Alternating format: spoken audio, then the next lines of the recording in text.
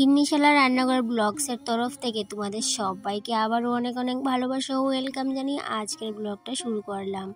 আমি রূপা, ত্রিপুরার ধলাই জেলার ছোট্ট একটা গ্রাম থেকে অতি সাধারণ গড়ের অতি সাধারণ একজন গ্রাম্য গৃহবধূ। তো হ্যালো বন্ধুরা, কেমন আছো সবাই? আশা করছি রাধা মাধবের কৃপায় সবাই ভালো আছো, তবে সেক্ষেত্রে আমিও ভালো আছি। এখন বাজে সকাল 8টা। তো আজকে 8টার সময় উঠানটা ঝাড় দিচ্ছি কেন বলো তো? ওই যে গতকাল সন্ধ্যায় কিন্তু বাবার বাড়িতে চলে গেছিলাম, কারণ কি হঠাৎ করেই একটা প্ল্যান হলো, যেতেই হবে, সেই জন্য রাতে চলে গেছিলাম। আর সকালবেলা আসতে আসতে ওই 7:30 8টার মতো বেজে গেছিলো। তো সেখান থেকে এসে ছেলেকে স্কুলে পাঠালাম রেডি করিয়ে, তারপরে যে ঝাঁটা হাতে নিয়ে লেগে পড়লাম কাজে। এই যে সবার প্রথমে কাজ করলাম কি, উঠানটা ঝাড় দিয়ে নিলাম। উঠানটা ঝাড় দেওয়ার পরে এই যে হাত পা ধুয়ে কিন্তু সোজা চলে আসলাম ঘরে। এবার ঘরের সমস্ত কাজবাজ গুছিয়ে কিন্তু চলে যাব সোজা রান্নাঘরে। আর আমরা প্রত্যেক গৃহিণীরাই কিন্তু ঘড়ি ধরেই কাজ করে থাকি, কেন কি ওই যে সময়ের মধ্যে সমস্ত কাজবাজ যদি কমপ্লিট না করতে পারি তাহলে কিন্তু অনেকটাই পরিশ্রমও হয়ে যাব, আবার সেক্ষেত্রে কিন্তু ওই যে কোনো রেস্টও করতে পারবো না। সেই জন্য কিন্তু ঘড়ি ধরে সময়ের মধ্যে সমস্ত কাজবাজ করে নিতে হবে, ওই যে প্ল্যান মাফিক সমস্ত কাজবাজ করে থাকি, সেই জন্য সবসময়ই তাই জন্য আজকেও কিন্তু সেটার ব্যতিক্রম করলাম না।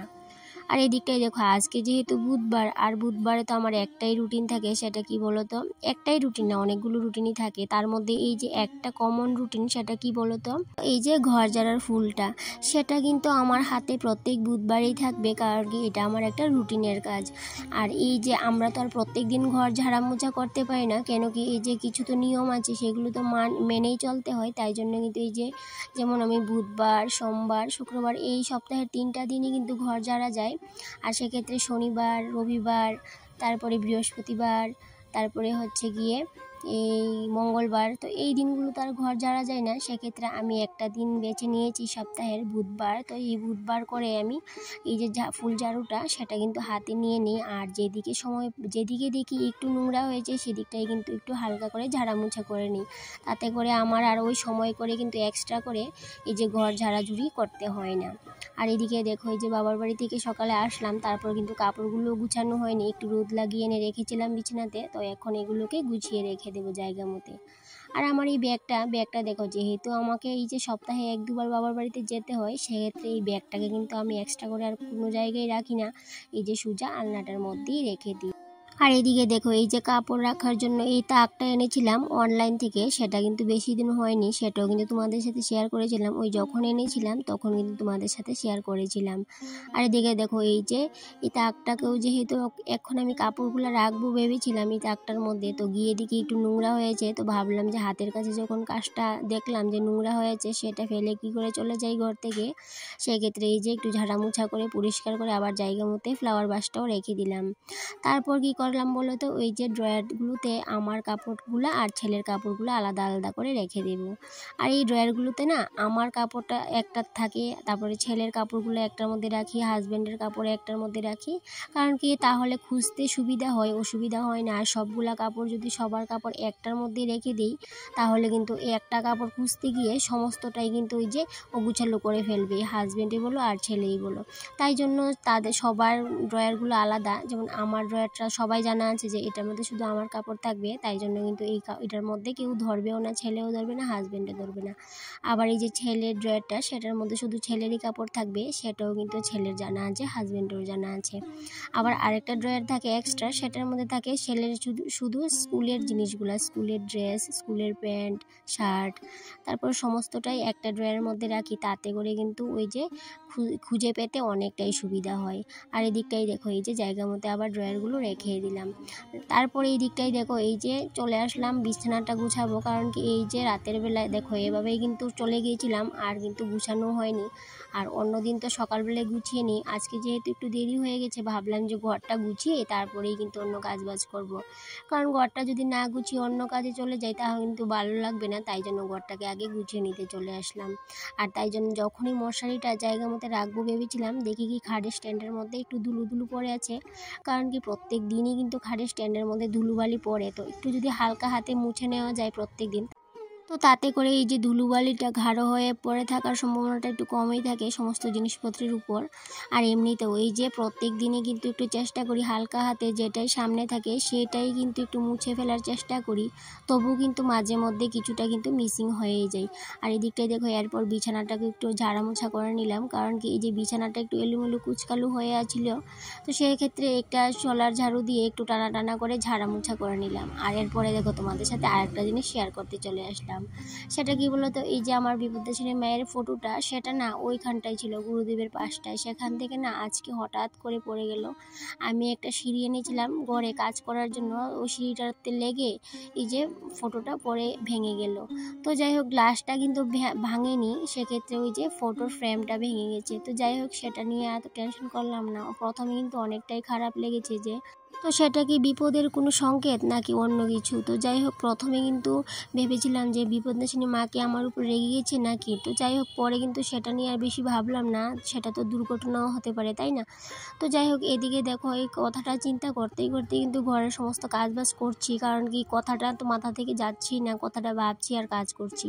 এদিকটাই দেখো এই যে টি টেবিলটাও কিন্তু একটু মুছে নিলাম, কারণ কি অনেকটাই ধুলো পড়েছিল। আর আমার টি টেবিলটা না এই দেখো বার্নিশটা কিন্তু একদমই নেই, একদম চকচকে ভাবটা তো একদমই নেই। তো কি করে যে বার্নিশের চকচকে ভাবটা আনবো সেটাই ভাবছিলাম। তো অনেকেই দেখি যে ভিডিওর মধ্যে দেখায় খুবই সুন্দর করে বার্নিশের এই যে চকচকে ভাবটা ফিরিয়ে আনে ঘরেতেই, তো সেটা ব্যবহার করে দেখবো কি মানে সেটা ট্রাই করে দেখবো কিনা। তো যাই হোক সেটা অন্যদিন ট্রাই করে দেখবো এই যে চকচকে ভাবটা ফিরিয়ে আনতে পারি কিনা। তো যাই হোক অন্যদিন সেটা ট্রাই করব। আর আজকে দেখো এদিকটাই ঘরের সমস্ত কিছু গুছিয়ে সমস্ত জিনিসটাই কিন্তু মুছামুছি করে পরিষ্কার করে নিয়েছি। তারপরে এই যে সমস্ত ঘরটাই কিন্তু ভালো করে ঝাড় দিয়ে নেব। আর এদিকটাই দেখো আজকে কিন্তু পুরো রুমের আমি ডিপ ক্লিনিং করিনি, ওই যে হালকা লাইট ক্লিনিংই বলতে পারো। আর সেটা কিন্তু আমি প্রত্যেক দিন করেই থাকি, সেটা প্রত্যেক দিনের রুটিন আমার হয়েই থাকে, তবু আজকে তোমাদের সাথে সেটা শেয়ারই করে নিলাম। আর আমার এই ঘরটা না অত কিন্তু আলিশান ঘর নয় যে দালান পাকা বিল্ডিং, সেরকম কিচ্ছু নয়। আমার ঘরটা কিন্তু একদম ভাঙা মাটির দেওয়ালের ঘর, নিচটাই কিন্তু একটু ফ্লোর, কিন্তু বাদ বাকি সমস্তটাই যেদিকে তাকাবে সেদিকে দেখবে ভাঙা, দরজাগুলোও ভাঙা। আর এদিকে দেখো আমার কাপড়ের যেই বক্সটা, এই বক্সটার সাইডে তাকালে দেখতে পাবে যে ওয়ালটা কতখানি ভেঙে ভেঙে পড়ে আছে। আর এদিকে না শুধু সমস্ত ঘরের দিকেই কিন্তু ওয়ালটা এইভাবে ভেঙে ভেঙে পড়ে যাচ্ছে, কারণ কি এই ঘরটা না 50 বছরের উপরে হবে, কারণ কি আমার শ্বশুরমশাই থাকাকালীন এই ঘরটা করা হয়েছিল। আর এই ঘরটাতেই এখন পর্যন্ত আমরা আছি। আর এই ঘরের ছাদটা না মুলিবাঁশের ছাদ। তো যাই হোক বন্ধুরা, ছাদ বলতে ওই সিলিংয়ের কথা বলছি, কারণ অনেকে তো ছাদ বলো আর আমরাও কিন্তু ছাদ বলি না, আমরা বলি সিলিং। তো যাই হোক সিলিং আর ছাদ একই কথা, অনেকের থাকে দালান পাকা ছাদ আর আমার হলো মুলিবাঁশের ছাদ। তো যাই হোক মুলিবাঁশের ছাদই হোক আর ভাঙা দেওয়ালের ঘরই হোক না কেন, এই ঘরটাকেই কিন্তু আমি সুন্দর করে গুছিয়ে অনেকটা ভালোবাসা দিয়ে পরিপাটি করে রাখি বলেই কিন্তু ঘরটাকে সুখের নীড় করে নিতে পেরেছি। আমার এই ভাঙা ঘরটাই আমার কাছে সুখের নীড়, আর অনেকটাই ভালোবাসে, অনেকটাই যত্ন করে। অবশ্য কোনো ফার্নিচার নেই ঘরে তেমন দামি, তবু যতটুকু আছে ততটুকুকেই আমি যত্ন করে ভালোবাসা দিয়ে সুন্দর করে গুছিয়ে পরিপাটি করে রাখি। আর এই ঘরটাতেই কিন্তু আমার অনেকটাই শান্তি লাগে, এই যে ভাঙা হোক কিংবা যেমনটাই হোক, আমার এই ঘরটা আমার কাছে সুখের নীড়, আমার এই ঘরটা আমার কাছে সুখের স্বর্গ। তো এই সুখের নীড়টাকেই প্রত্যেক দিন ডিপ ক্লিনিংয়ে বলো আর লাইট ক্লিনিংয়ে বলো সেটা করে থাকি বলেই কিন্তু আমার এই ঘরটাকে দেখতে অতটা ভালো লাগে। আর যদি এই যে ক্লিনিংয়ের ব্যাপারটা আর গুছিয়ে রাখার ব্যাপারটা যদি না করতাম, সেগুলো যদি না করতাম, তাহলে কিন্তু ঘরটা দেখতে অনেকটাই বাজে লাগতো। তো যাই হোক বন্ধুরা, আমার এই ভাঙা ঘরটা তোমাদের কাছে কেমন লাগলো অবশ্যই কমেন্টে জানিও। জানি তোমাদের কাছে অতটাও ভালো লাগবে না, তোমাদের কাছে হয়তো বা দামি দামি ঘর আছে, দামি ফার্নিচার আছে। তো সেক্ষেত্রে আমার ঘরটা আমার কাছে সুখের স্বর্গ, আমার কাছে আমার ঘরটাই সুখের নীড়।